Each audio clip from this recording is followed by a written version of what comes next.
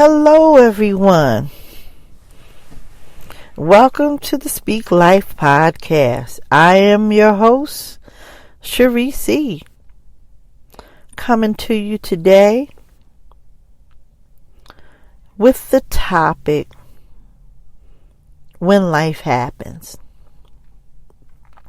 So by now, everyone knows about the tragedy that took place over the weekend, the loss of former LA Laker Kolb Bryant and his daughter Giana Bryant, who was 13 years old.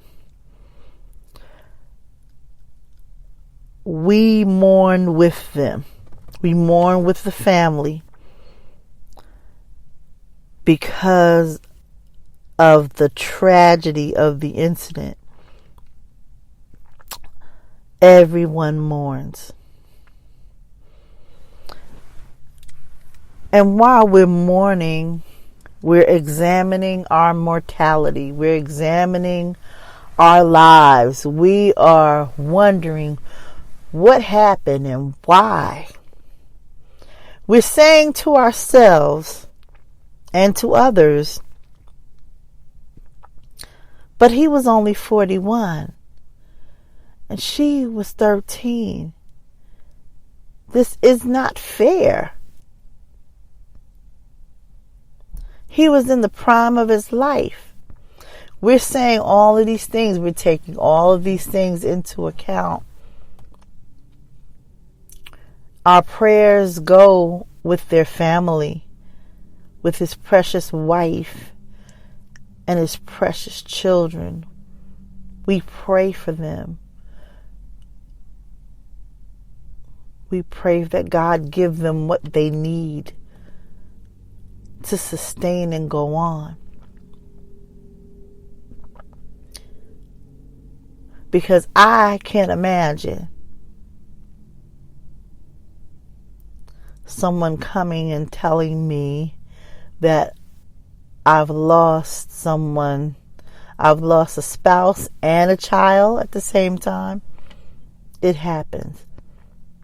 I have a good friend who lost her son and grandchild in a bad accident, in a car accident. So I understand. I can partially view what happened. Because you see, Kolb was doing something that he loved to do, and so was Gigi. They were on their way, as they always did. And I understand what they were doing because I am sort of a basketball mom for my grandson, my grandchildren actually. And every weekend there's a basketball game. Every weekend there's a tournament that we have to go to. And sometimes parents all get together. Hey, can we ride with you? Can we go with you? Can the kids ride with you? We do. These are things that we do all the time. There was nothing unusual about what took place that day. According to a news report, Kolb and Giana went to a mass at 7:30 at the Catholic Church. So they were doing what they normally do on a regular basis. Nothing out of the ordinary. Except it wasn't ordinary. We also send our prayers to the other victims that were involved in the crash. There were actually three families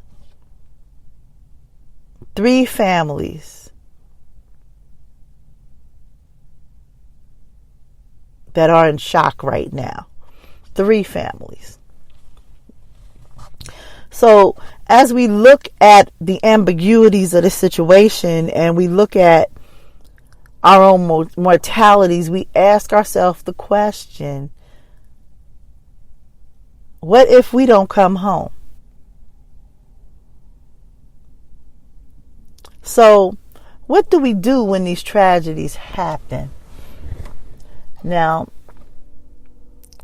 if you've never lost anyone,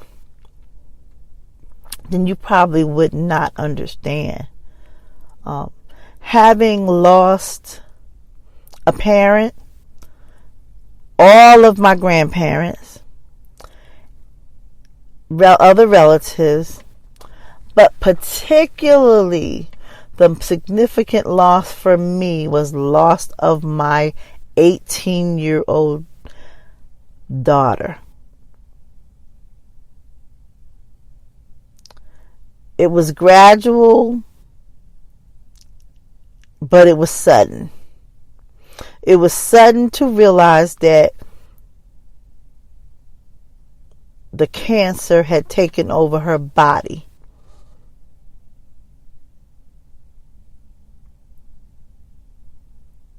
And when she left, it left a void in our lives. So we understand that. So when these things happen, when life happens, we begin to feel kind of salty. We go through these stages of grief and we feel a little salty. Like, why is this happening? Why is this happening? What in the world is going on? This can't be real. We have several different emotions. We've all had them. I was in the grocery store when I found out about Kobe passing away and his daughter. And at that time, they just kept saying that it was him. But they didn't mention, later on they mentioned the daughter being with him. And so we're all wondering, like, wow, what in the world is happening here? You know, here we have this man traveling with his daughter like he normally routinely did. So, I hate to tell you this, beloved, but there's not much we could do about the ambiguities of life. We have no control over these situations, but we do have control over the way we live our lives now. So what we need to do is take full advantage of the time that we have left on this earth. Full advantage. That means being loving and kind to everyone and not nasty and mean. It means going that extra mile for someone that would make a difference. That means making an impact on the world. You have to ask yourself the question, what do you want your legacy to be for your children? What do you want your legacy to be for your grandchildren? What do you want your legacy to be for the world? Do you want people to say that you just were here and that was it? Or do you want people to say, you know, the one thing that I was really confident in when I was watching the news reports, Kobe practically gave his epitaph. Because he said, when the reporter asked him, what would you say about your legacy? And he said, I want people to know that I impacted the lives of children and I enabled them to dream. That wasn't quite the quote, but that's paraphrasing it. That in itself has meaning and is very impressive. That's an epitaph that some of us would love to have. Not just, oh, she was here and she lived her life with her family and in her little picket fence, and that was it. No mention of ever impacting anyone's life. No mention of ever doing anything for anyone other than yourself. Do we really want to be known as selfish people who never shared ourselves, our time, our resources, or even money with other people who really were in need? If that's what you choose, that's fine. But you need to really examine yourself. Are we doing all we can to impact our communities? Are we really? Because as I looked at the life of Kolb Bryant, he went back into the community and worked with some of these children.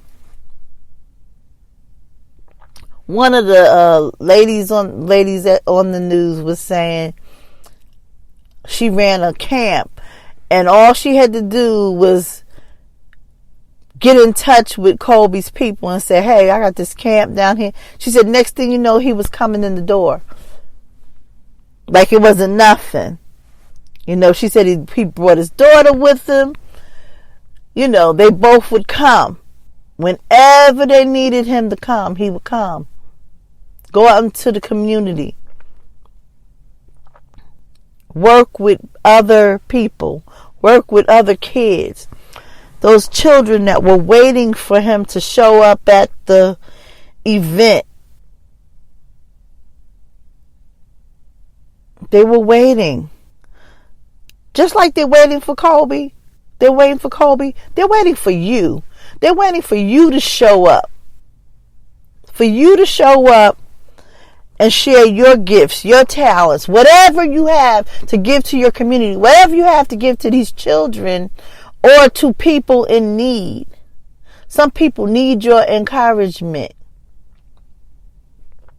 People need your encouragement right now because when they see such a tragedy, they're feeling down. You need to pick up the phone and call somebody and say, hey, I'm thinking about you.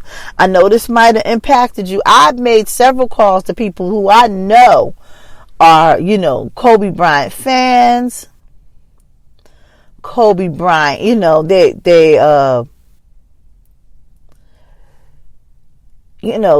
they kept showing the scene where the helicopter was and the fire burning. People get triggered by things like that.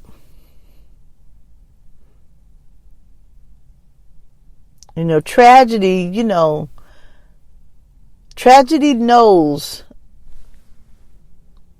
doesn't pick, isn't specific to who it picks. It could be any of us. It could be any of us at any time. That's why we have to make our impact on the world. So if anything, what you should take out of this whole situation through Kolb Bryant and his daughters and the rest of the people on the plains, deaths, is pick up the ball. Pick up the ball and do something. Do something. And I think if you get up and do something for your community, you're making a tribute to Kolb and carrying on his legacy. Just sitting around moping and mourning, yes, in its due time, we're all mourning. So it's okay to mourn. But when we get up, we just got to be ready to do something. We got to take this pain and do something.